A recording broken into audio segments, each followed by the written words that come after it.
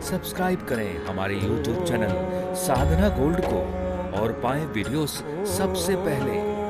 Bell icon दबाना ना भूलें। वर्ण संकरता से बचना चाहिए। ये वर्ण संकरता क्या है? पति और पत्नी, इनके सिवा जैसे किसी का पति नहीं है, अब वो स्त्री दूसरे पुरुष से संबंध रखे और फिर बच्चा उत्पन्न करे, अपने पति के अतिरिक्त दूसरे पर पुरुष से, जो स्त्री पर पुरुष से संबंध रखकर बच्चा उत्पन्न करती वो बच्चा वर्ण संकरी है।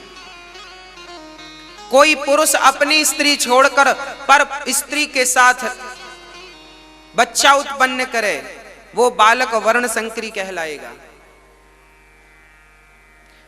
ब्राह्मण को ब्राह्मण में ही विवाह करने की विधा है, क्षत्रियों को क्षत्रिय में, वैश्यों को वैश्यों में, शूद्रों को शूद्रों में।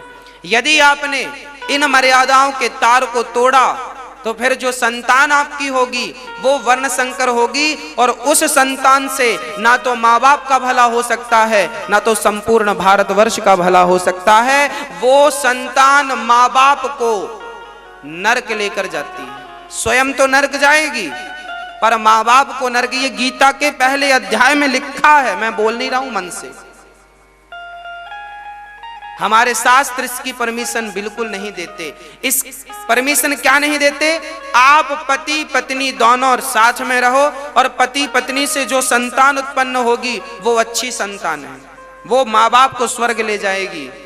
परंतु पुरुष किसी दूसरी स्त्री के संग, स्त्री दूसरे पुरुष के संग संबंध बनाती है और फिर वहां से संतानोत्पत्ति होती है, वो वर्ण संकरता कहलाती है ना। आपत्काल में ब्राह्मण क्षत्रिय कन्या से विवाह कर सकता है। आपत्काल में ब्राह्मण आपत्काल में क्षत्रिय कन्या से विवाह कर सकता है। इसका अर्थ ये नहीं कि कर लो ना, गलत हो जाएगा। आपत्काल सबके लिए ये नहीं है। शास्त्र कहता है जैसे ययाति क्षत्रिय थे और शुक्राचार्य जी ब्राह्मण थे, उनकी बेटी से ययाति का विवाह हुआ, पर वो देवतुल्य पुरुष हैं, वो महान लोग हैं, सामान्य प्राणियों के बारे में नहीं है। इसलिए हम ये ना सोचें कि हम कर लें विवाह किसी से, ना, हम अपनी मर्यादाओं का उल्लंघन ना करें, अपनी मर्यादाओं में रहें, बंध करके रहें। ब्राह्मण को ब्राह्मण में, क्षत्रिय को क्षत्रिय में, वैश्य को वैश्य में, शूद्र को। आपके बाप दादे जहां जहां शादी करते आए हैं, जिन जिन गोत्र में आपके बाप दादे बताएंगे किन गोत्र में शादी करना है, किन। हमारे भारत में तो समगोत्र में भी शादी नहीं होती। समगोत्र में शादी नहीं होती ना। हाँ, आपका भी गोत्र भारद्वाज है, सामने वाले का भी गोत्र भारद्वाज, शादी नहीं होती क्योंकि वो भाई बहन माने जाते हैं, एक ही गोत्र समगोत्री है। देखिए हमारे यहाँ कितनी परंपराएं हैं। संतान, ये सब क्यों देखा जाता है? ये संतान, ये आने वाली जो कल की पीढ़ी है, संतान, इनमें कोई विकृति ना पैदा हो, इसलिए ये सब देखा जाता है। इसलिए विचार किया जाता है विवाह में, कहां करें कहां ना करें।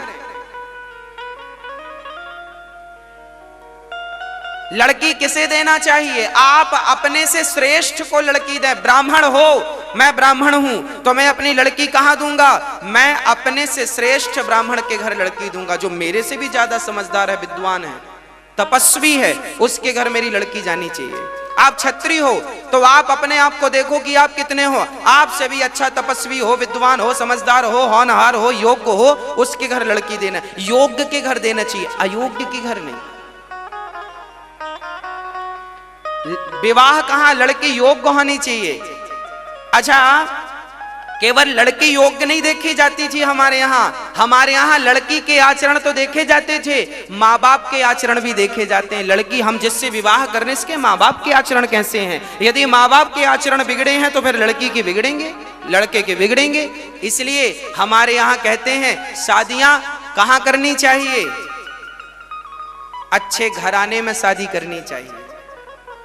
अच्छे लोगों के यहाँ शादी करने। भाई अच्छे लोगों के घर में करोगे तो उस बेटी को अपने आप अच्छे संस्कार मिले होंगे। भाई अच्छा घराना होगा, आपका उठना बैठना अच्छा है, खान पान अच्छा है, तो आपके संस्कार बेटी को मिले होंगे, तो आपकी बेटी अच्छी होगी, तो आपकी बेटी से शादी करना चाहिए। क्योंकि आपकी बेटी संस्कारी है, आपका घराना अच्छा है, आपका बेटा बढ़िया है, आपके दादाजी का बड़ा प्रभाव है, आपका बेटा योग्य है, संस्कारी है, तो बेटा अच्छा है। योग्य होना चाहिए, संस्कार होना चाहिए। ये देखी जाती थी पहले, अब तो बहुत विकृतियां आ गई हैं, पर जितना आप अपने आप को बचा सकते हैं बचा लो। अब तो विकृतियां हैं, अब तो बड़ा मुश्किल है, फिर भी जितना आप बच सकते हैं बचा सकते हैं बचा लीजिए। कहां बेटी देना है, कहां से बेटी लेना है, विचार करना होता है।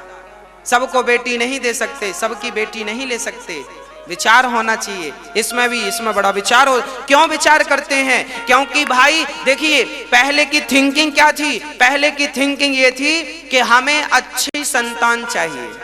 पहले अच्छी संतान के लिए शादियां होती थी, और आज तो अच्छी संतान का कोई मुद्दा नहीं, आज तो भोगों के लिए शादियां होती हैं। तो फिर भोग ही भोगना है, तो फिर सब जगह उपलब्ध है, भोगते रहते हैं लोग। पहले का उद्देश्य ही अच्छी संतान था, अच्छे बेटे कब होंगे। भाई एक बात बताओ, मैं जानता हूं, मैं किसान, मेरे पिताजी किसानी करते थे और मैं भी किसानी को जानता हूं। किसान लोग ना, अभी देखिए गेहूं का सीजन जब चला जाएगा तो दूसरी फसल का सीजन आएगा, तो किसान क्या करते हैं, अच्छे से अच्छा बीज अपने खेत में बोते हैं।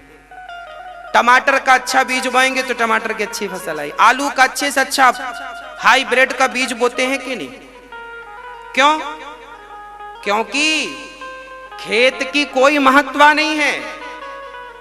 खेत तो जो बो दोगे वो पैदा करके दे देगा, महत्व उस बीज का है। जो पावरफुल, आपने गेहूं, अच्छी क्वालिटी का गेहूं का बीज लेने जाओ तो 1000 रुपए किलो भी मिलता,